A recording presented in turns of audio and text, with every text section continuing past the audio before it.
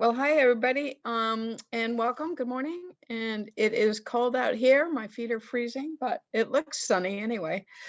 Today we're going to go through the Turnip Farm and Environs. It's a kind of a big area, and there's several loops, and it's going to be a little confusing. But just remember, you're on Block Island. You never can be lost for very long. So take that. Go with a sense of adventure. I'm gonna just do. So here's our starting point on Old Mill Road, and it's got this one of the. It's a pretty big parking lot which just got fixed, and you notice it's got a nice new orange mailbox, so for mail delivery. Not really. It's filled with orange safety vests because it's hunting season, and this has been a project of the police department. The chief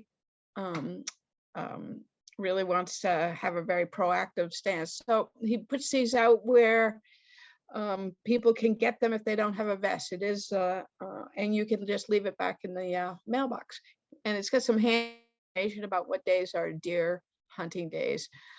In the calendar. This is not an area where there's deer hunting, but it goes near an area that it abuts. One field has deer hunting. So this is a deer safe area to walk. And there's only one area where you are abutting land that's hunted, and you'll see that it's very obvious, and you'll be, this is a good winter walk. So with that, we're gonna get going with our map. And it looks a little messy, but I've broken up today's adventure into three parts. One is sort of Turnip Farm proper, which is this area sort of outlined in yellow. And then the Loffredo Loop, outlined in green. And then a walk out to what is called the Carey Lots, and it's a loop. And I'll probably reiterate this a few times. There's a little bit of redundancy because, of course, you got to go through some of the same areas to get to somewhere new. But so with that, we're going to start with the first area, the namesake of our starting point. And if you're here, there's a big open field, and you can either, what's interesting about this actually is when you look at the signs, one says to the Dodge Cemetery, and I think it says West Side Road, and the other one is to Nathan Mott. So none of those are the name of places that we're going today. So those sort of indicate the extremity of this fairly large parcel. If you kept walking, you could get to those places. But if you take a left, you would come up to the sort of the corner of this big first open grassy field, which is pretty indicative of the Turnip Farm lots. And this field comes around the corner, and then it goes down and it continues straight. And that's what this photo on the right shows. It goes straight down to the end of this field, which is very long. But today we're going to start off by going right this way. And it says we're going to Nathan Mott, but we're not. But we're going to go down here, and we're going to go down this this beautiful grassy merino grassland path. And the first thing you see almost is this wonderful little imperil. It's called a merino grassland. It's and sometimes it's called a merino knob, and it's considered to be a globally imperiled ecosystem. In other words, it's kind of ecosystem that just don't find anymore. And part of it is it needs to be open in a certain geologic sandy underpinnings, not a lot of organic material. And it's in constant change. It wants to evolve and become colonized and become less of a grassland. So there's fewer and fewer of these particular ecosystems around the world. This is globally imperiled. And what makes this particular ecosystem so interesting is how dry it is. It's got very sandy, coarse soil. This is all, of course, glacial debris. That Block Island is just all glacial debris, but this is more sandy, not so rocky, not so bouldery. It's got a lot of grasses that are in the Panicum family, which are warm season native grasses. Little blue stem, another native warm season grass. Reindeer, lichen or moss. Some wonderful flowers called mouse-eared hawkweed or orange grass. Of course, it's hard to see all these flowers this time of year. And here's an image of some of the reindeer lichen that we see. It's very crunchy right now, and it even looks crunchy. Now I'm going to attempt to remove something here. I hope that worked. I had something blocking my screen. So on this, a little close up here of the reindeer moss. This is a lichen. It's part algae, part fungi.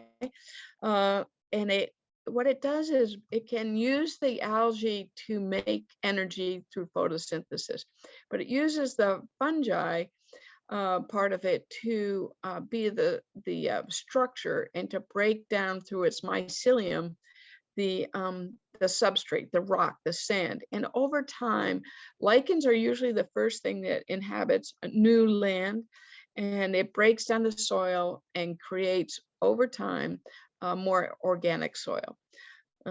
So that eventually you can have what's here, some of these beautiful leaves. And these are amazingly green for January. But just so you know, the spring is coming. This is what it will look like.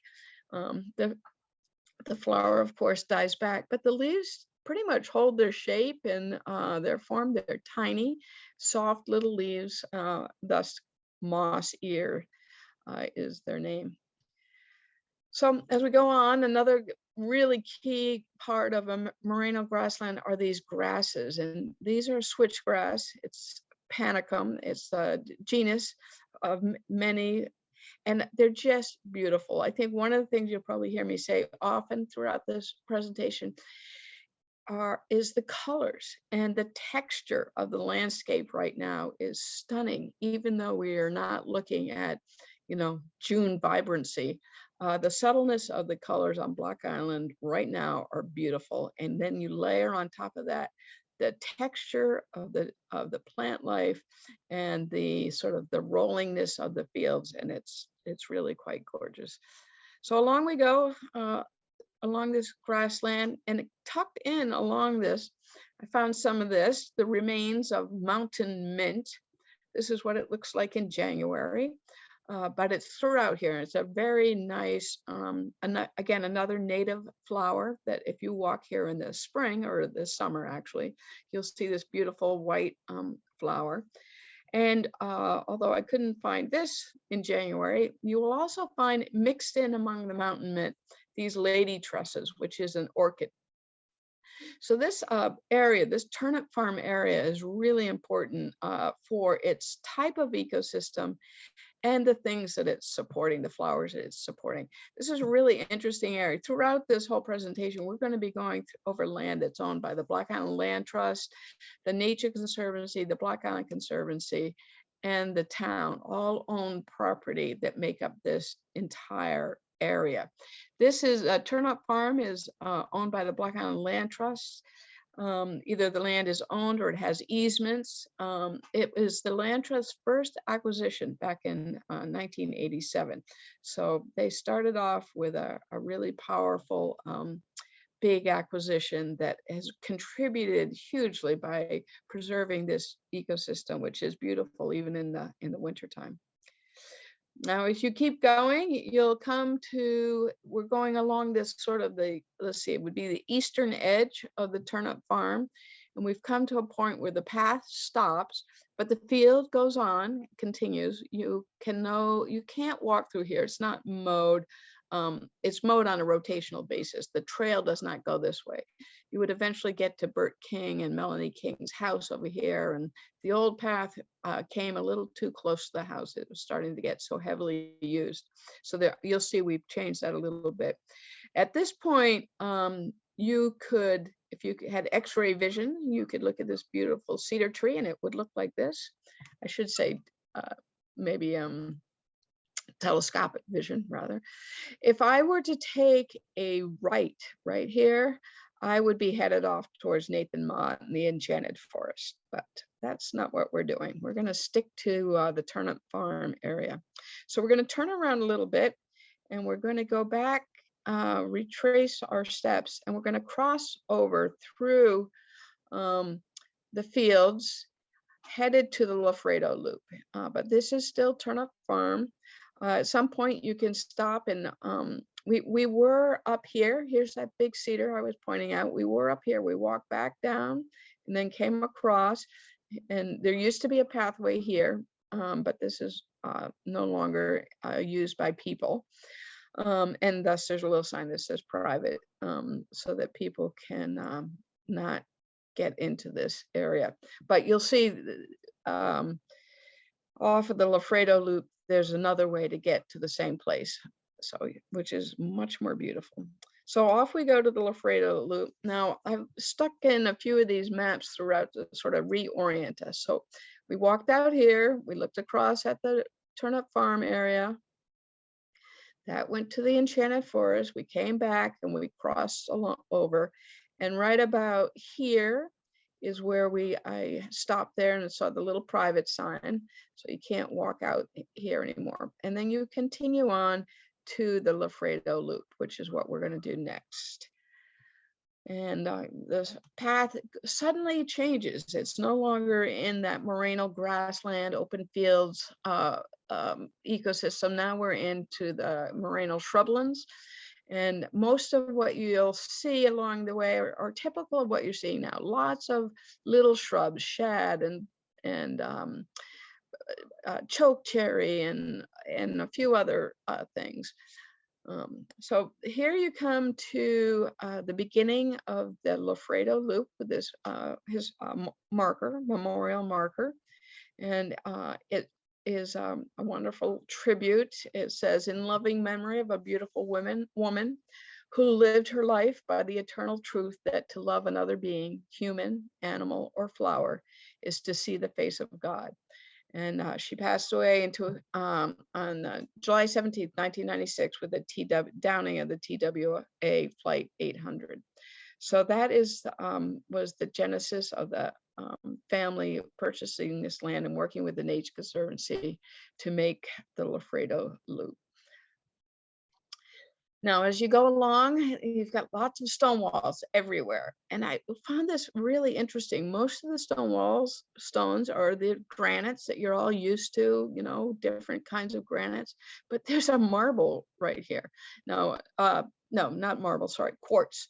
It's a quartz, but it really sticks out as a white, much more smooth, not so granular rock. And it was hard to get. I couldn't actually get at it, but I got at it enough to see that it was different. And it just, the thing about the winter, all the leaves are gone. You see things that you wouldn't see otherwise, and it catches your eye. And again, it's the form, the difference, the beauty.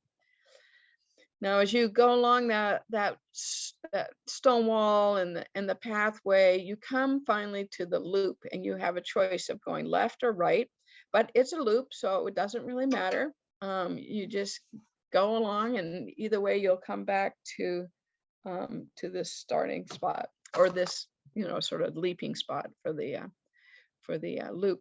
If you were to take a right, which is how we're going to go today, you would come pretty quickly along and find this magnificent swamp maple, red maple tree.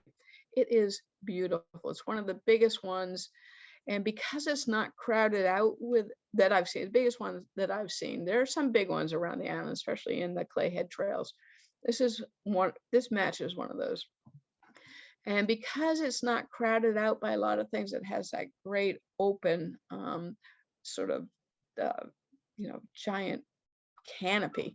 And again, at this time of year, it looks very different. It feels very open and stark. In the summertime, it's a wonderful little shady place to take a rest. But it's pretty big. It's a big one. Now, there's lots, even though it's January, there's lots of things around that are still green. Honeysuckle stays green almost all winter. The leaves may start to fall apart, but they stay green. So this is honeysuckle still intertwining. It isn't invasive. This is the Japanese honeysuckle. And of course, everywhere, it's pretty ubiquitous around the island, the shad with the blotches of gray lichen. Many of my presentations have included these. And as always, a closer look always adds amazing texture and detail when you look at the honeysuckle and how vibrant these leaves still are for, today it's feels like, I think Charlotte said, feels like 9 with the wind chill out there. And of course, the lichen, a different type of lichen, a tree lichen, but these are well known on the shad trees around the island.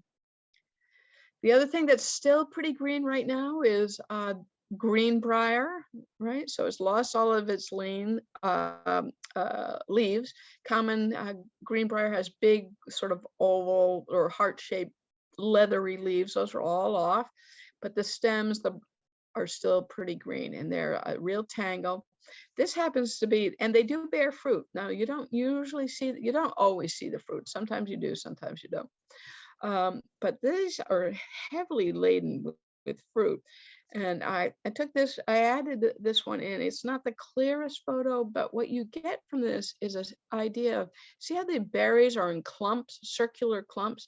This is the typical form, circular clumps. By the time we see it as this background picture, it's lost quite a few berries, and you don't get a sense of how the original flower was a small white multi-flowered sort of bundle, and the fruit are left off.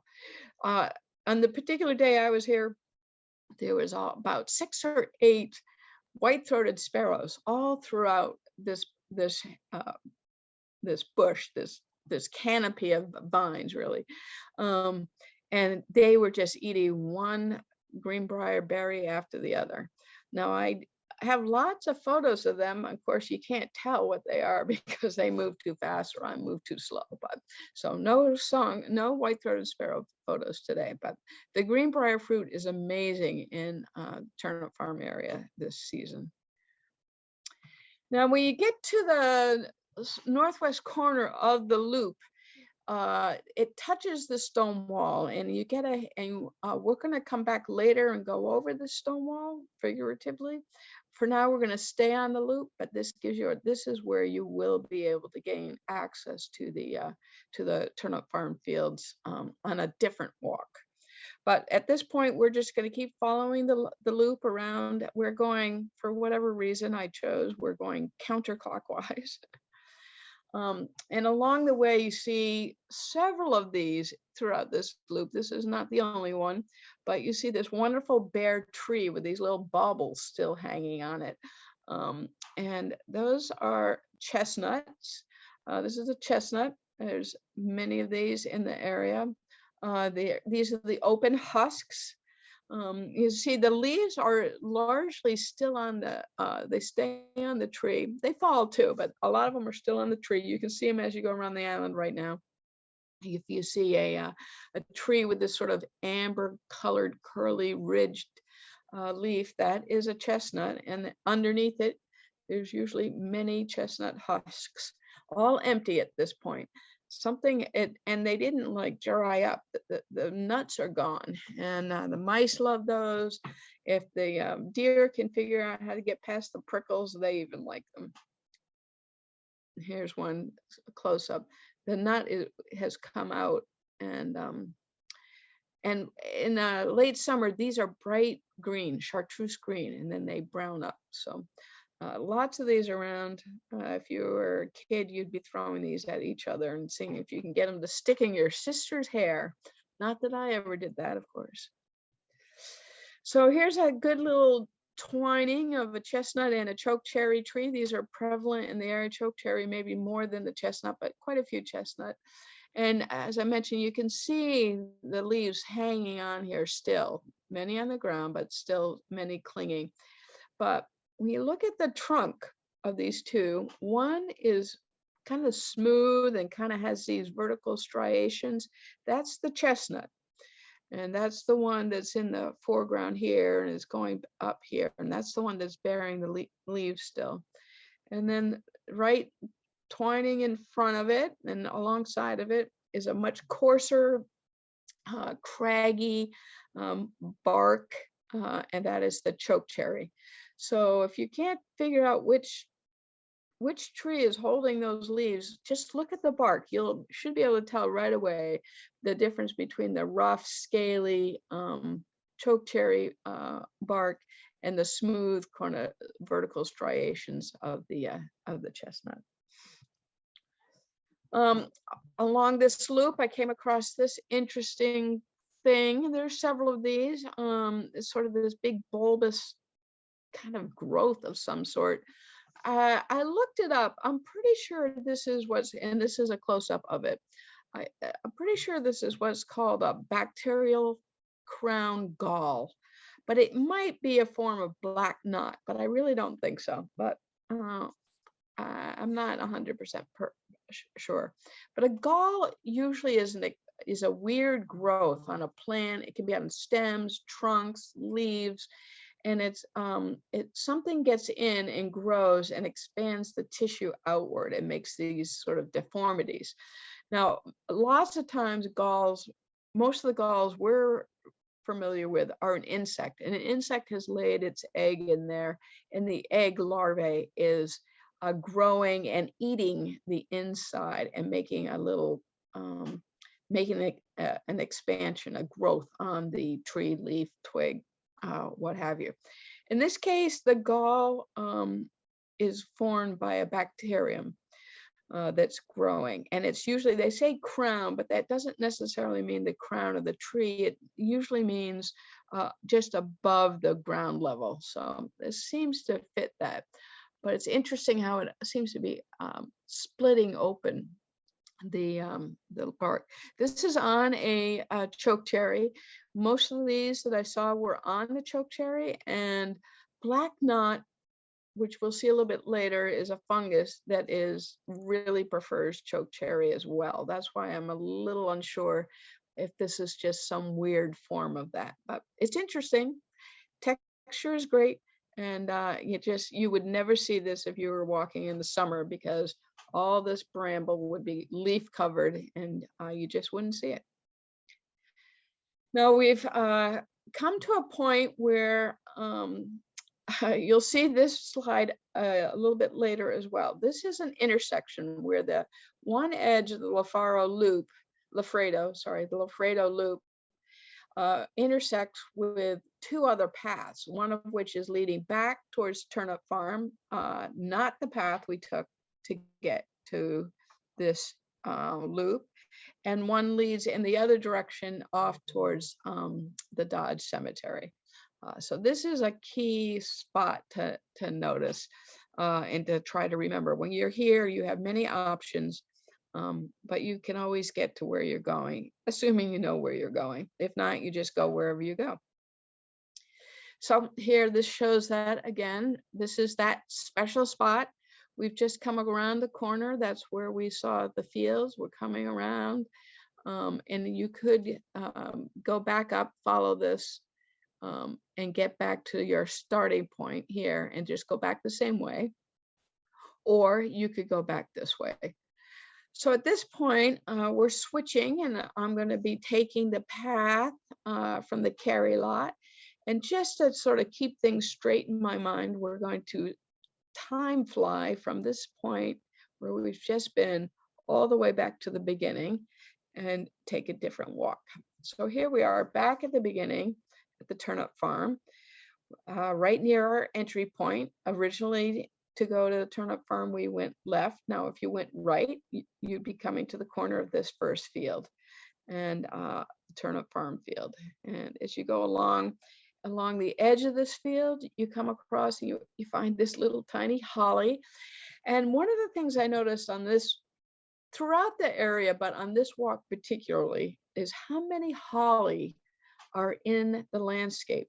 Again, you don't notice in the summertime when the leaves are on, especially the smaller ones. This would be sort of pretty not really inconspicuous because of the greenery around it. But at this time of year, it really stands out. So this is American holly. And over here in the distance is a much larger one. That one you would see in the summertime. And there it is. The path kind of goes along. You get a good look at it. This is one of the larger holly trees that I've seen around.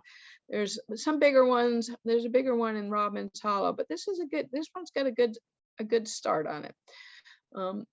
And so I just, for some reason, I just have loved discovering over the last 2 years now, how many holly are in the landscape just starting. They're all seed grown. They're just been dispersed by the seeds of whatever tree left it. So we go along the edge of the field, and we've come to a point where you can either keep going straight, at which point you would intersect where we took the Loffredo connection up in Turnip Farm, or we could go off to the left. And again, the sign is interesting because if I recall, can't see it too clearly now. Let's see if I can make it expand. Yeah, it says Loffredo Loop, which is not how we went to the Loffredo Loop, but how you could go, or the Dodge Cemetery. And again, on this walk, we're headed for the Carey Lots. And interestingly, there are not too many signs at this end of the Turnip Farm complex that refers to the Carey Lot, but we're going there anyway. So we take this left and we go on we're going in, leaving the grassland and going into the moraine, the coastal shrublands. And this is a really interesting path because it's going along a ridge, and off to the left, I really couldn't capture it very well. Off to the right, my other left, it drops down very steeply, and it's just probably an outwash channel, I would guess, but that's another story, geologic story. But this goes along a ridge, and you see lots of things.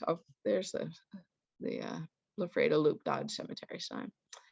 And it goes along, and again, this is all dropping down. We come across another, what you see it, another chestnut tree, and of course, and another holly. So lots of wonderful, beautiful things to see. As we go along this ridge, you get one view. This is a little bit more up and down, a little steeper than the Turnip Farm proper. And this slope is up high and it goes down, and what you're looking at is Shirley's Pond, on Old Mill Road would be over here. So you're going down and get this little glimpse of a pond, which again, in the summertime, you might not see that because of the leaf cover. And if you go along, you can follow the path. If you can't go through, you go around. And I'm not sure if this has obviously been down for a while because this path has been mowed around it. So I'm not sure if this is a way of saving this path for a while and letting it regrow and getting this a little bit. The thing about all of this land is because it is very coarse sand moraine, and with slopes, it's very much subject to erosion. And just even a little footpath traffic it gets, it does erode, then the weather erodes it, then we mow it, so then there isn't grass to hold it. And so they're always having to figure out where to put the next path and how to fix up an area. So there's one solution.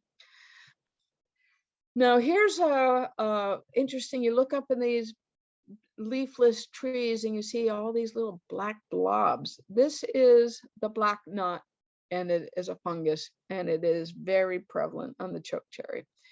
And it has a different name, politely referred to as poop on a stick.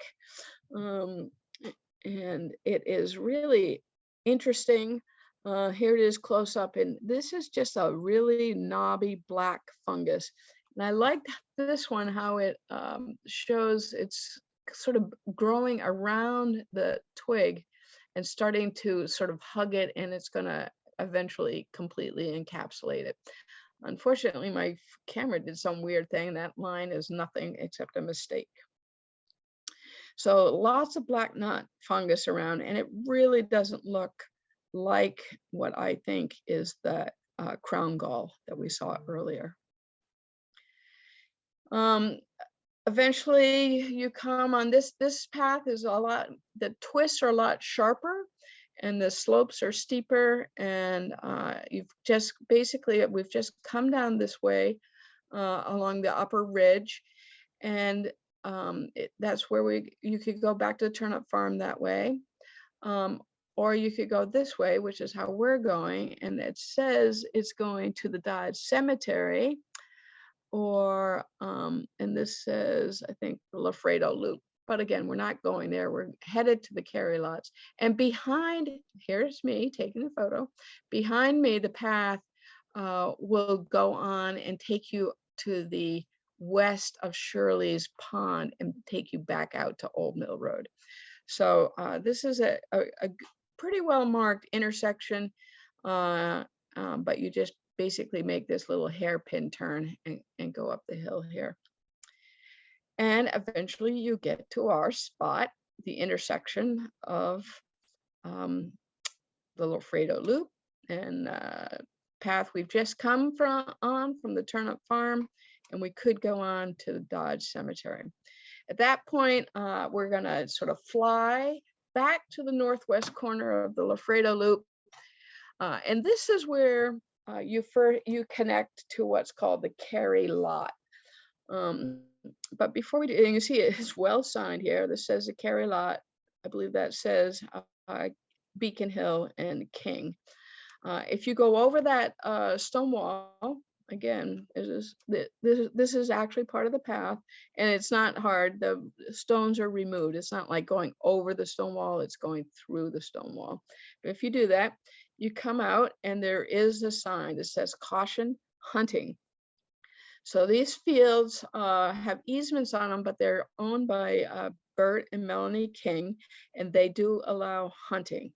Now, I think you'd be pretty hard pressed to run into a deer hunter out here after it's just been mowed, because there's no self-respecting deer would be that vulnerable. Anyway, there's a wonderful path. Again, we're back away from the ridge and back onto the undulating landscape.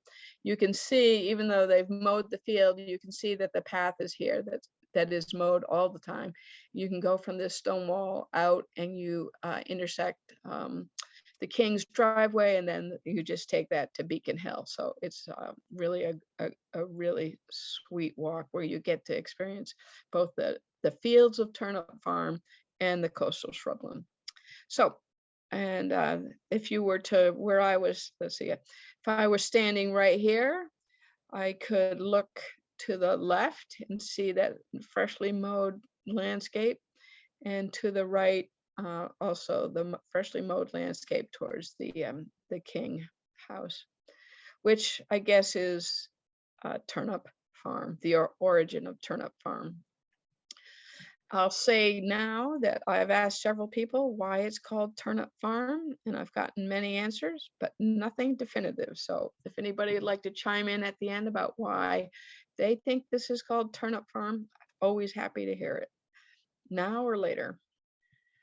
So we've come back over the wall, and we've turned our attention to the west. And here's a sign, our first sign that says to the Carey Lot.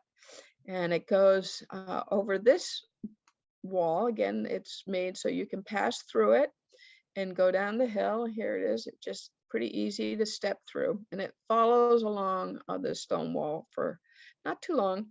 And you get them to another intersection.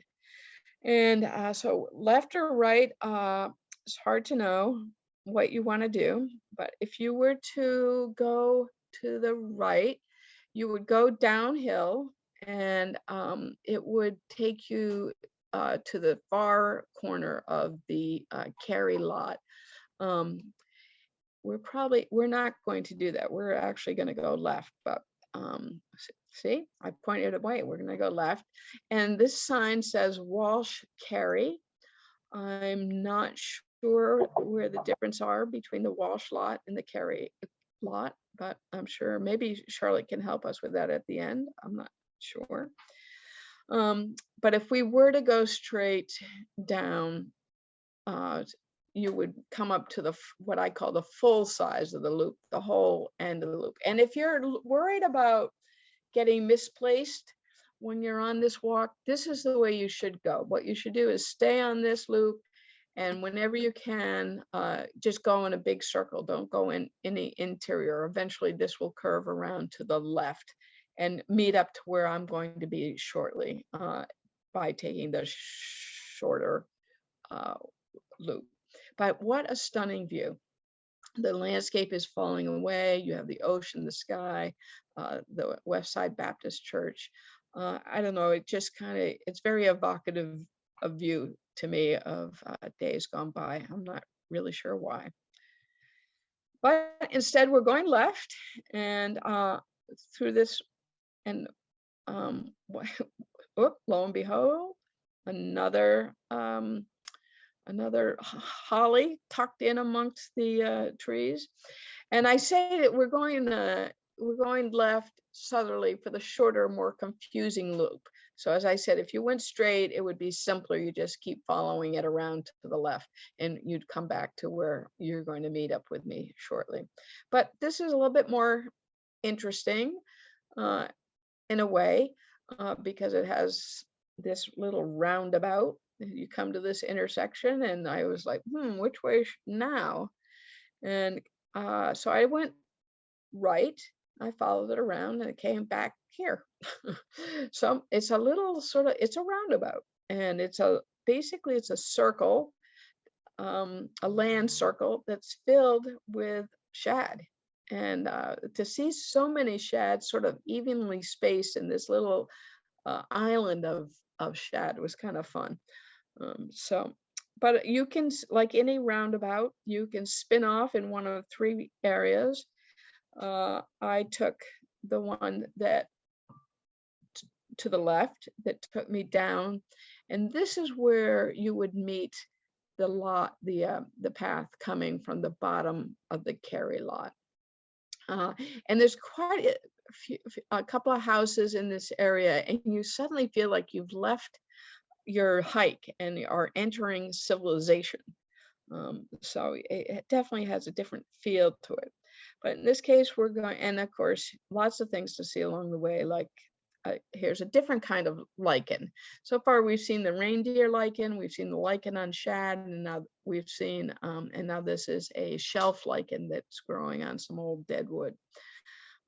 So at the bottom of this, you're going to take a left, and you go along for a little while, and then you have another choice. Now, if you go left and uphill, there's like a little maze of paths. To me, it was like a whole bunch of figure eights or clover leaves. And if you're looking for birds and you have plenty of time to spend wandering around, that's a good way to go. Eventually, you'll end back up on this lower path. And this intersection is marked by this spindly little hawthorn tree. But I didn't get a very good photo, but you can see when it's against the sky, these big spikes.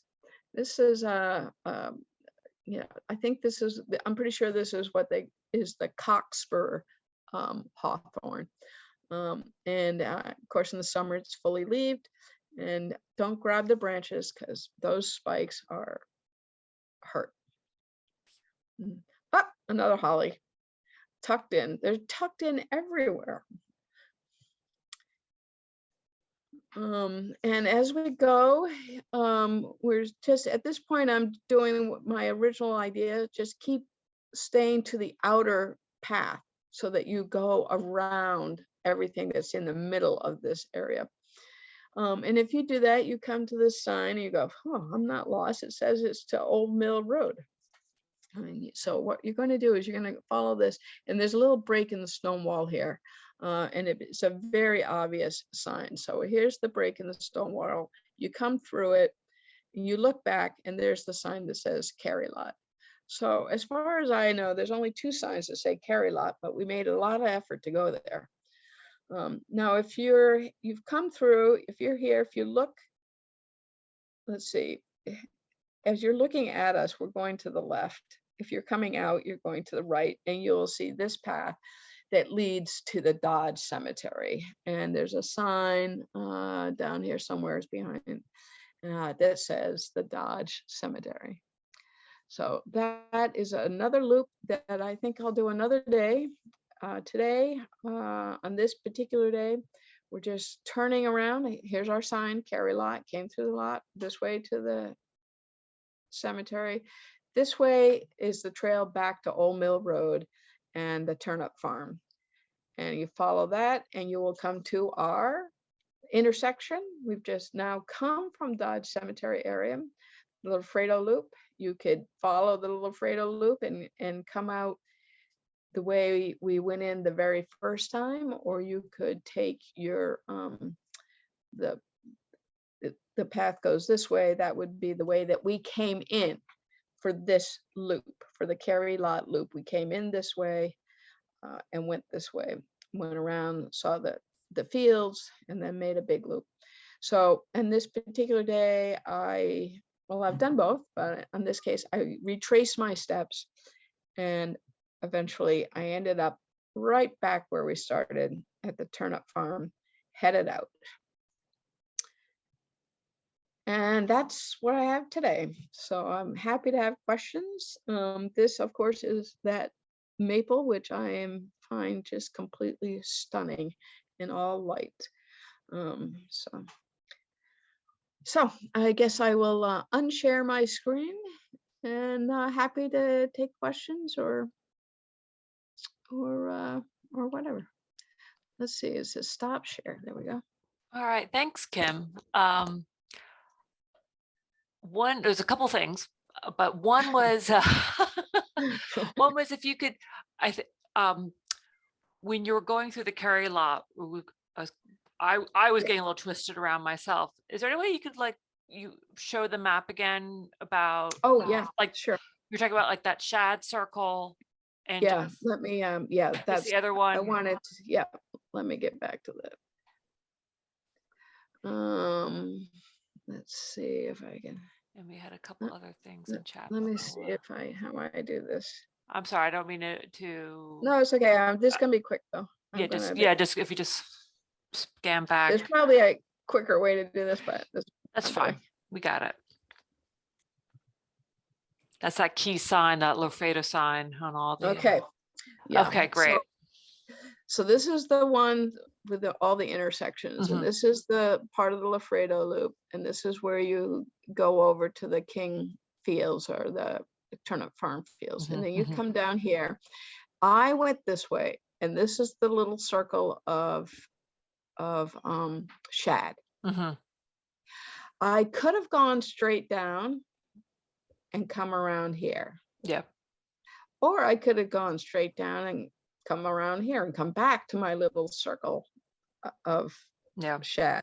But I chose to go this way, and I came down here, and this is where I said civilization is approaching. You could see houses, you sort of felt like you were more out in the open, and this is where it intersects. So you could have, the whole loop would have gone this way, and it would have been simple. You just kind of go down, go down, go down. Just don't take any turns. on the outer edge. On the outside. Yeah. This is where I said, oh boy, I went this way, which I have done many, many, many times. Sure that I'm not going to do it again. And you get up here and there's all these, and I think there's even another one that I haven't put in. Yeah. Yeah. Now, eventually you realize you're going around in these little clover leaves, and you either go back the way you came, or you luck on this one and you come out to this spot, which intersects where I came around, and I said, you could go this way, or you could see that there's a stone wall. It says to Old Mill Road right there. Yeah. And that's where it came to the stone wall and could see the sign that went to the Dodge Cemetery. Or there's a sign right here that says to Old Mill. And then Gotcha. back up I got, Okay. and then back here. And this is the one that comes by Shirley's Release Pond. It comes pond. out to Okay. Mill Road, across from Peter Woods. Does that do it? That was helpful for me, definitely, because I get a little twist and turned around. In the chat, well, there was a question about where did Turnip Farm get its name, but I guess that's So if there is I, a leading theory on that. what is your leading theory? I don't have one. Okay, I've heard a couple of things. I've heard that all they could grow there was turnips. And that doesn't seem very likely, because if you can grow turnips, you can grow potatoes, and that's what people on Black Island grew. Somebody said that a turnip for a person is sort of like a rube, a sort of a derogatory name for a common country folk. So it's the turnip farm, but that didn't really seem likely either. Somebody else told me that that originally the property was owned by Tormont Rose or Tormont Mott, I forget which, but the first name was Tormont, and they called them Turnip. Now, knowing Block Island, that seems the most likely, but I can't get anybody to, unfortunately, there are not as many people around to ask these questions of. I was trying to solve this over the last couple of days, and I was told that Anna Mullins, who her husband was from that family was from that side of the island. My regular informants live on Corn Neck, and they don't think too much about the west side. So they said, well, you could talk to Anna Mullins. She might know because she's related to those people from the west side. So that's my next try, because there's going to be fewer and fewer people around to answer that question, and I like to keep the old names in the lexicon. So yeah, I'll let you know, Charlotte. All right, to be continued then on that. And Judith had a question about wanting if the hollies are more holly because of climate change. I don't think it's climate change. It is a native plant in this area.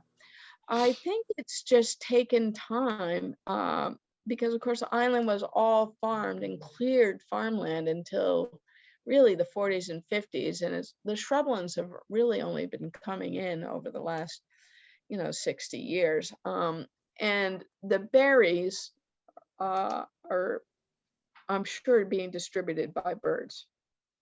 Excuse me, the berry seeds. And of course, so holly is a dioecious plant. It's got male and female. So only the female hollies have berries. So I think now that there's enough around of both, that they're getting established. Plus, there's cover for them. I have discovered that deer will eat holly. I know the one I have at my house, I had to protect until it got to a certain height. But where it is in the understory, it may be being protected till it can get to a certain height. And some people say deer don't eat holly, so it might depend on the deer, and it might depend on any particular holly. Anyway, they're beautiful, I think. Birds love them. It's the winterberry, which we have a lot of on Black Island, is in the same family, genus, Ilex. So they're closely related, holly and winterberry. And when you look at the berries and how the berries are formed at the axil of the branches, you can see their similarities right away. So I don't think it's climate change. I just think it's opportunity. Okay. And Anna had a question. What time of day did you walk and take your photos? I know you probably do this over several days, but several days. I generally went one day it was late morning. Other days it was early to late afternoon. And in a few cases, I went back to get a photo so that the sun was on the other side, so I could get a better photo. But yeah, they were pretty much midday. Yeah. Well, great. Well, that was what I found in the chat. Great photos, Kim. Just really lovely. Does anyone else have any questions or? Here, I'll stop my share, I guess. Okay. I don't think so. All right. Okay. Well, thanks. What's the next one, Kim? We've got one coming up. Our next one is in I believe the February. next one is in early February, and it's going to be winter ponds. So look at Block Island's ponds. Of course, they won't all, well, they'll mostly be winter shots, but some of them won't be. But there's different types of ponds on the island in different locations and are in different stages of evolution. So we'll be talking about all the different types of ponds on the island, from the Great Salt Pond to vernal, springtime ponds, to ponds that are becoming marshes, to coastal ponds. So it's not quite as boring as it sounds. What date? We got a lot of ponds. Oh, Anna, do you have a question? Or? Oh. Yeah, what date is the next? Oh, it's February 9th. It's a wet. And Joanne says, thank you so much for the great informative presentation. Looking forward to the ponds. And I'm sorry to have to ask it, which Joanne is this? It's nobody really that you know. I went on your bird walk in September, and I Great. just realized that we're doing these presentations. So I looked forward to seeing this. It's my first one, so I'll be back in February. Oh, great. You, Kim. Great. Thank you, Joanne. Appreciate it. And Joanne, I'm just going to put in the chat, as I mentioned, we record these, and if you want to catch any of Kim's other ones, so I'm just putting the website in there. So if you want to look at some of the previous ones Kim's done, there's a whole library. Thank you. On In fact, that the last website. one was the last one birds? It was on winter. It was Winterland. Oh, Winterland birds. Birds. Yeah. And I still not quite uploaded that last one, but hopefully we'll get to that soon. Okay, great. Well, I think with that, thanks everyone, and thank you, Kim. And Thank you all. Looking forward to the next one. I appreciate your attention. Thank you. All righty. Thank you, Kim. Okay. Thank you. Thank Bye, you very everyone. much. Bye. Bye.